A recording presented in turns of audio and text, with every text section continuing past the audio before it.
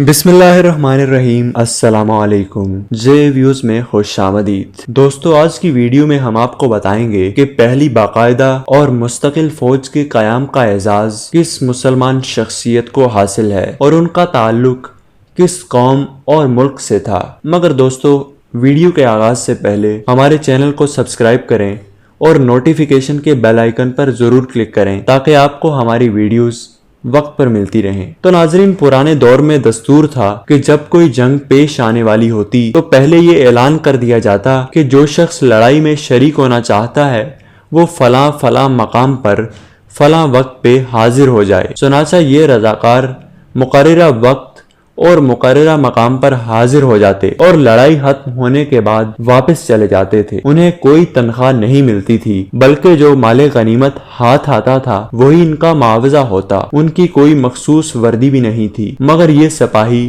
اعلیٰ درجے کے شہ سوار ضرور ہوتے تھے اور مضبوطی کے ساتھ صف قائم کر کے ایک دیوار کی طرح میدان جنگ میں آگے بڑھتے چلے جاتے تھے۔ ناظرین، عثمان اول جو سلطنت عثمانیہ کے تاجدار تھے، ان کا سلطنت عثمانیہ کے اقتدار کا دور 1288 سے 1326 عیسوی تک تھا۔ 1326 عیسوی میں ان کی وفات کے بعد ان کے بیٹے اورحان نے اقتدار سنبھالا۔ اورحان کی عمر اس وقت 42 سال تھی۔ عثمان اول کے بڑے بیٹے کا نام علاء الدین تھا۔ عثمان اول کی وفات کے بعد سب کی یہی خواہش تھی کہ اقتدار علاء الدین کے سپرد کر دیا جائے، حتیٰ کہ اورحان بھی یہی چاہتے تھے، لیکن علاء الدین نے معذرت کر لی۔ مگر جب زیادہ اصرار کیا تو انہوں نے دولت عثمانیہ کے پہلے وزیر کی حیثیت سے ملک کے آئین اور دوسرے اہم امور کی ذمہ داری قبول کر لی۔ علاء الدین نے 3 چیزوں پر خاص توجہ دی۔ علاء الدین کا سب سے بڑا کارنامہ یہ تھا کہ انہوں نے وہ فوجی اصلاحات کی جن سے دولت عثمانیہ کی طاقت 3 گنا تک بڑھ گئی اور پھر وہ 300 سال تک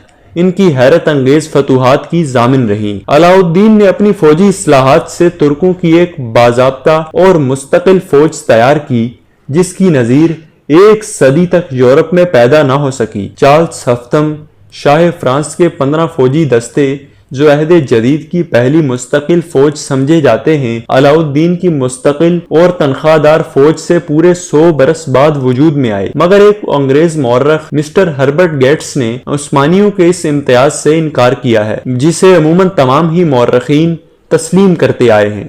مسٹر ہربرٹ گیٹس ایڈورڈ سوم شاہ انگلستان کی باقاعدہ پہلی فوج کا ذکر کرتا ہے، لیکن دوسری طرف ایڈٹ خود لکھتے ہیں کہ ایڈورڈ نے ایک ایسی فوج مرتب کی تھی جو صرف ضرورت کے وقت جنگ کے لیے طلب کی جا سکتی تھی۔ برخلاف اس کے، علاء الدین کی فوج ایک ایسی مستقل فوج تھی جسے باقاعدہ تنخواہیں دی جاتی تھی اور وہ ہمہ وقت جنگ کے لیے مستعد اور تیار رہتی تھی۔ چنانچہ یہ امر مسٹر گیٹس کو بھی تسلیم ہے کہ فوج کی مکمل تنظیم اور اسے ہمیشہ جنگ کے لیے تیار رکھنے کی اولیت عثمانیوں ہی کو حاصل ہے۔ دوستو، ہماری آج کی ویڈیو دیکھنے کا شکریہ۔ مزید ویڈیو کے لیے ہمارے چینل کو سبسکرائب کریں۔